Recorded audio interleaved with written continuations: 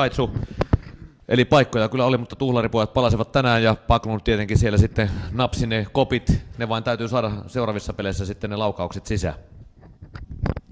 No joo, mä ensin yhdyn tuohon Aran puheenvuoroon näistä ottelun tuomareista. Mä en tarkoita sitä, että se olisi ollut puolueellista tai jompikumpi olisi hyötynyt, en missään nimessä.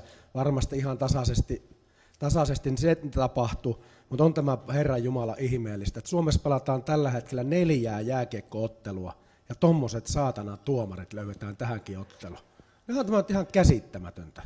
4 peliä on käynnissä Suomen maassa ja tänne raahataan vittu kaiken näköisiä rantaloita, joka ei ole eläessään viheltänyt yhtään hyvää peliä. Ei eläessään. Niin se saa siitä palkinnoksi saatana tulla playoffeihin tuomariksi.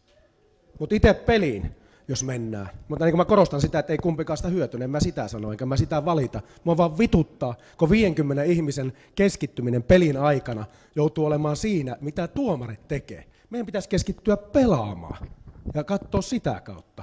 Eikä tommoseen höpö, juupa, duupa, daapa, saatana. Pelistä aloitettiin erittäin hyvin. Oli paikkoja, oli heti ensimmäisessä vaihossa vissiin tyhjä maali. Päästiin 1-0, sitten tuli Kärpät ylivoimalla 1-1 ja hallitsin vähän sitä sen jälkeistä tilannetta. Siinä eka-erässä saatiin taas hyvä erän loppu. Ja kyllä meillä tuo maalipaikkojen määrä olisi pitänyt riittää ihan voittaakin tämä peli. Mutta kyllä se, niin kuin Hannu mainitsi, niin loistava maalivahti ja hyvinhän Kärpät puolustaa. Mutta kyllä meillä siellä varmaan puolikymmentä tyhjää maaliakin oli, mistä ei saatu sisälle, mutta sitten kun ei saatu sinne päähän sisälle, niin sitten alettiin tekemään omia. Ensimmäinen tai 2-1 maali, meidän puolustaja syöttää Kärpälle lapaa ja sitä tehdään pussia. Sitten kun se ei ollut vielä tarpeeksi, niin sitten seuraavasti ammutaan jo omaan maaliin. Niin kyllähän siinä taitaa silloin turpaan tulla. Mutta ei auta muu. Taistelu jatkuu. Tämä on kaukana tämä sarja vielä valmiista. Kova on joukkue vastassa.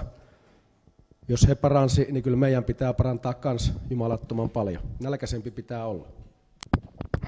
Nähdään vielä seuraavan peliin, joka siis keskiviikkona Oulussa Isku Areenassa seuraavan kerran perjantaina. Nyt oikein hyvää maanantailla jatkoa. Moi!